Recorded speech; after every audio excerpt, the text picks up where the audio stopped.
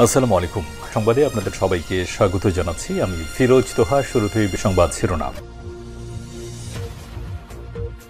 বাংলাদেশের সর্বশেষ গুরুত্বপূর্ণ আপডেট সংবাদ আপনাকে স্বাগত। শুরুতেই সংবাদ শিরোনাম, পরে বিস্তারিত। শুরুতেই জানাবো, রাতে নিখোঁজ, সকালে বাড়ির পাশে লেবু বাগানে মিলল গলাকাটা লাশ। টাঙ্গাইলের সখীপুরে আব্দুল সালাম ৪৮ নামের এক ব্যবসায়ীকে জবাই করে হত্যা করেছে দুর্বৃত্তরা। বুধবার ২২শে জানুয়ারি দিবাগত রাতে উপজেলার চকচকিয়া শ্রীপুর গ্রামে এই ঘটনা ঘটে। নিহত সালাম মিয়া ওই এলাকার মৃত আমির আলীর ছেলে। তিনি হাসানগঞ্জ চকচকিয়া বাজারের একটি মুদির দোকান চালাতেন। এরপর জানাবো, আশ্রয়ণ প্রকল্পে ৬০টি ঘর গুঁড়িয়ে দেওয়ার অভিযোগ প্রভাবশালীর বিরুদ্ধে। পাবনা সদর উপজেলার ভাড়ারা পশ্চিম জানুয়া গুচ্ছ গ্রামে নির্মিত আশ্রয়ণ প্রকল্পে ৬০টি ঘর গুঁড়িয়ে দিয়ে জমি দখলের অভিযোগ উঠেছে স্থানীয় একটি প্রভাবশালী চক্রের বিরুদ্ধে। শুধু ঘর ভাঙচুরই নয়, লুট করা হয়েছে ঘরের দরজা, জানালা, টিনের চালসহ প্রায় সবকিছু। এবারে জানাবো, দিল্লিতে বিজিবি বিএসএফ এর শীর্ষ পর্যায়ের বৈঠক ফেব্রুয়ারিতে। Border guard of Bangladesh BGB এবং ভারতের বর্ডার সিকিউরিটি ফোর্স বিএসএফ এর শীর্ষ পর্যায়ের কর্মকর্তাদের মধ্যে বৈঠক অনুষ্ঠিত হতে যাচ্ছে দিল্লিতে। বিএসএফ এর প্রধান দলজিৎ সিং চৌধুরীর সঙ্গে আলোচনার জন্য আগামী ১৬ই ফেব্রুয়ারি ৪ দিনের ভারত সফরে যাচ্ছেন বিজিবি মহাপরিচালক মেজর জেনারেল মোহাম্মদ আশরাফুজ্জামান সিদ্দিকী।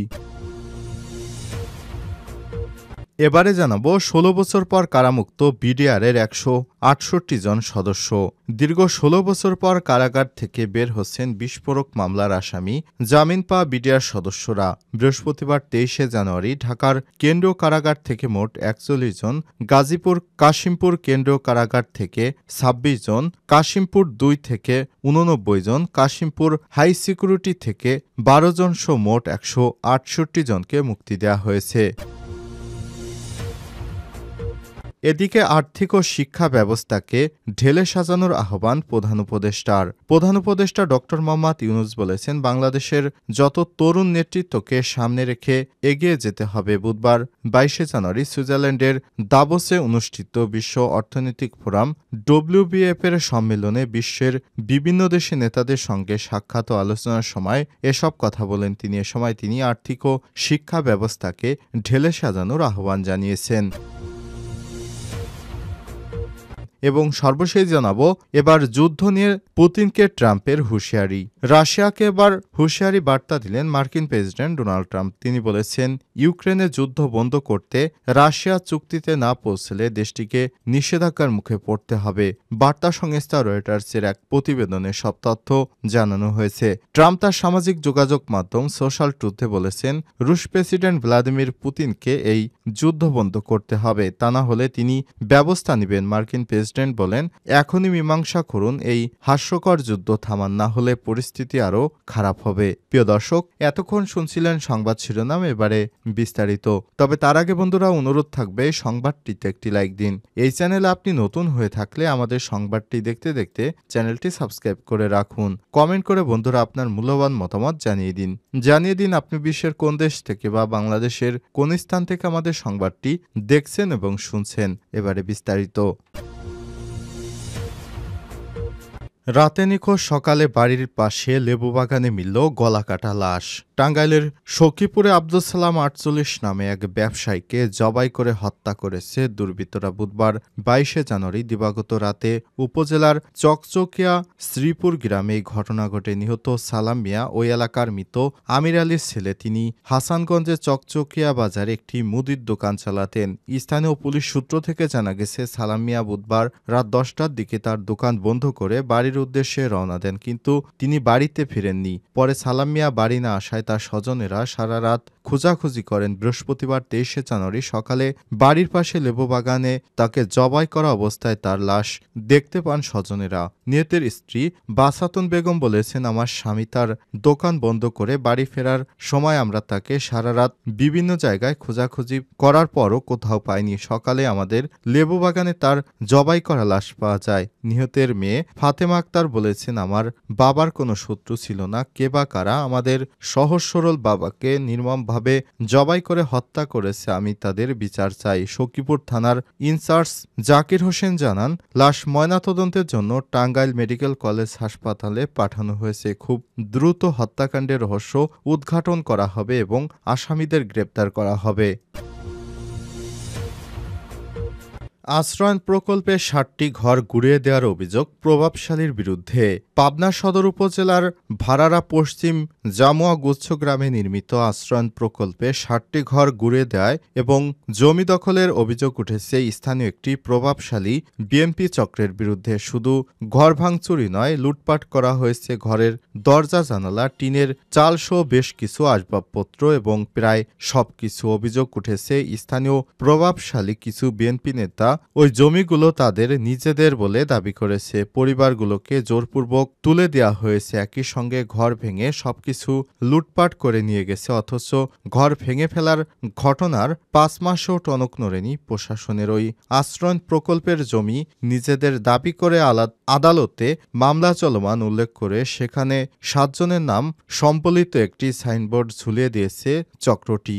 ভাঙচুর লুটপাটের সঙ্গে জড়িত থাকার অভিযোগ অস্বীকার করেছে তারা। তাদের দাবি, আওয়ামী লীগ সরকারের সময়ে আদালতে মামলা চলমান থাকা অবস্থায় জোরপূর্বক তাদের জমি দখল করে সেখানে আশ্রয়ণ প্রকল্পের ঘর নির্মাণ করা হয়েছিল।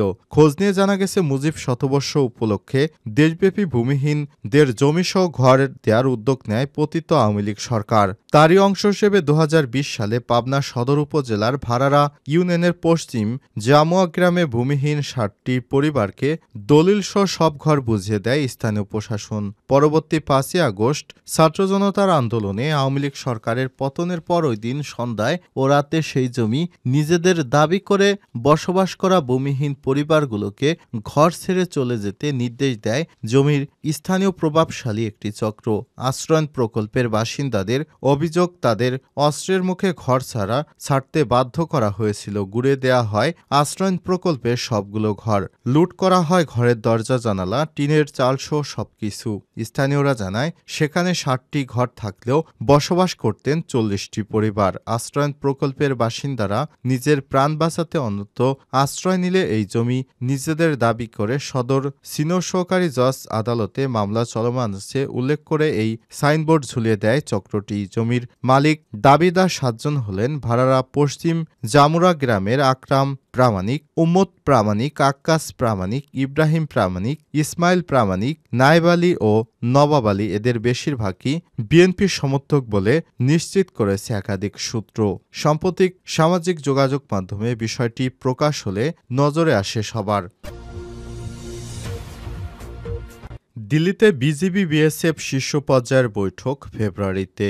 Border guard of Bangladesh, BGB ও ভারতের বর্ডার সিকিউরিটি ফোর্স বিএসএফ এর শীর্ষ পর্যায়ের কর্মকর্তাদের মধ্যে বৈঠক অনুষ্ঠিত হতে যাচ্ছে দিল্লিতে। বিএসএফ এর প্রধান দলজিৎ সিং চৌধুরীর সঙ্গে আলোচনার জন্য আগামী ১৬ ফেব্রুয়ারি ৪ দিনের ভারত সফরে যাচ্ছে বিজিবি মহাপরিচালক মেজর জেনারেল মোহাম্মদ আশফাকুজ্জামান সিদ্দিক। সংশ্লিষ্ট সূত্র থেকে জানা গেছে, বিএসএফ ও বিজিবির প্রধানদের আসন্ন বৈঠকে বিভিন্ন গুরুত্বপূর্ণ বিষয় নিয়ে আলোচনা হবে। সীমান্তে সিঙ্গেল রো ফেন্স এসআরএফ এর বাস্তবায়নের বিষয়টিও থাকবে আলোচনার টেবিলে।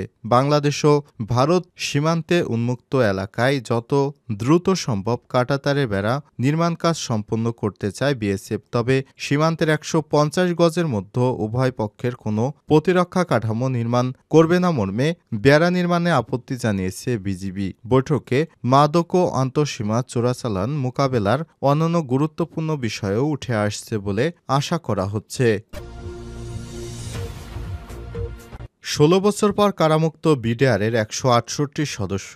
দীর্ঘ ১৬ বছর পর কারাগার থেকে বের হচ্ছেন বিস্ফোরক মামলায় জামিন পাওয়া বিডিআর সদস্যরা। বৃহস্পতিবার ২৩শে জানুয়ারি ঢাকা কেন্দ্রীয় কারাগার থেকে ৪১ জন, গাজীপুর কাশিমপুর কেন্দ্রীয় কারাগার থেকে ২৬ জন এবং গাজীপুর কাশিমপুর ২ থেকে ৮৯ জন, গাজীপুর হাই সিকিউরিটি কেন্দ্রীয় কারাগার থেকে ১২ জন সহ মোট ১৬৮ জনকে মুক্তি দেওয়া হয়েছে। বিষয়ে অতিরিক্ত কারা মহাপরিদর্শক মহাপরিদর্শক কর্নেল মোহাম্মদ মোস্তফা কামাল চ্যানেল 24-কে বলেন 168 জনের তালিকা তারা হাতে পেয়েছেন। এরপরই বিডিআর সদস্যদের মুক্তি দেওয়া হচ্ছে। এর আগে গত 21শে জানুয়ারি ঢাকার বিশেষ ট্রাইব্যুনাল 2-এর বিচারক মোহাম্মদ ইব্রাহিম মিয়ার আদালত জামিনপ্রাপ্ত 178 জন আসামির নাম প্রকাশ করেন। এর মধ্যে 168 জনের তালিকা হাতে পেয়েছে কারা কর্তৃপক্ষ। 2009 সালের 25 ও 26শে ফেব্রুয়ারি পিলখানার সীমান্তরক্ষী বাহিনীর সদর দপ্তরে বিদ্রোহের ঘটনায় 57 জন সেনা কর্মকর্তা সহ 74 জন নিহত হয়। এই ঘটনায় হত্যা বিস্ফোরক আইনে 2টি মামলা হয়। হত্যা মামলায় খালাস বা সাজাভোগ শেষে বিস্ফোরক মামলার কারণে 468 জন মুক্তি আটকে আছে। হত্যা মামলায় 850 জনের বিচার শেষ হয় 2013 সালের 5ই নভেম্বর। সেখানে 152 জনের ফাঁসি ছাড়াও 160 জনের যাবজ্জীবন, 256 জনকে বিভিন্ন মেয়াদে কারাদণ্ড দেওয়া হয়। এছাড়াও খালাস পান 278 জন।